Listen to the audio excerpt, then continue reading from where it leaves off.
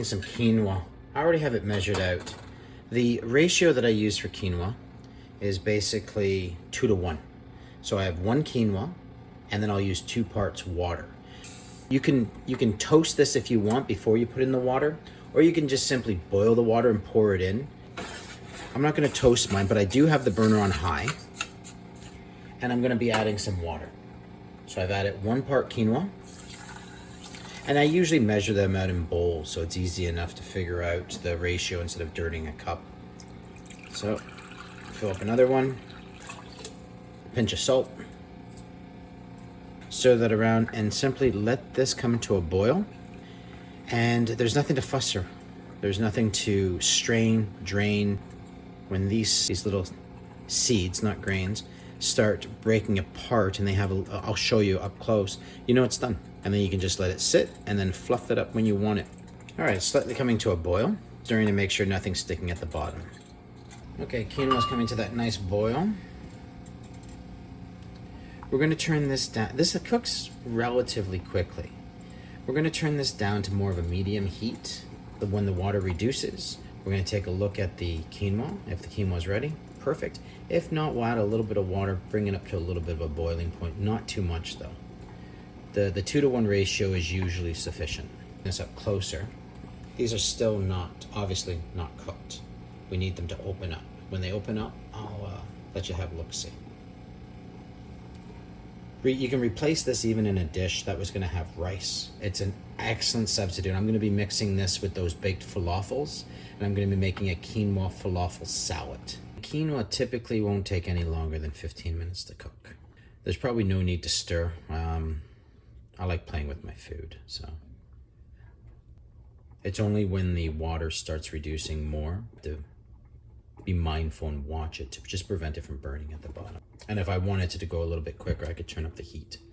So I'll turn up the heat, say to the 6 or 7. It's been slightly over 10 minutes since we put it in. It's almost reduced all the water. I'm gonna be looking at this over for the next 5 minutes, but you can see how the seeds are starting to open up. So we're gonna keep an eye on this because the water is reducing down. We wanna reduce it so there's no water. All right, we're another minute in. Still on medium-high heat. I think you can see what's happening here. Hopefully that has good focus. You can see the seeds are opening it up. It almost looks as though thread is trying to escape from the seed. That's how you know it's done. The quinoa is opening up. So once this cooks, I'm gonna put the lid on. I'm just gonna let it sit. I'll fluff it up a little bit later. You can throw this in the fridge. This is excellent on top of salads, in replacement of rice. It's a nice filler. And again, you're just being mindful now when the water totally evaporates from the pot, not to allow it to burn on the bottom. So you're just keeping an eye on this. This is the only thing that requires some attention when you're making quinoa. And you can see there's very little liquid at the bottom of the pot.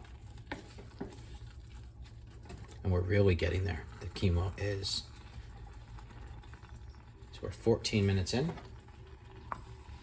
And if you can see how it's opening up, those little threads emerging from. What I can do at this point right now is put the lid on, keep it on the same burner, turn it off, and just let it sit.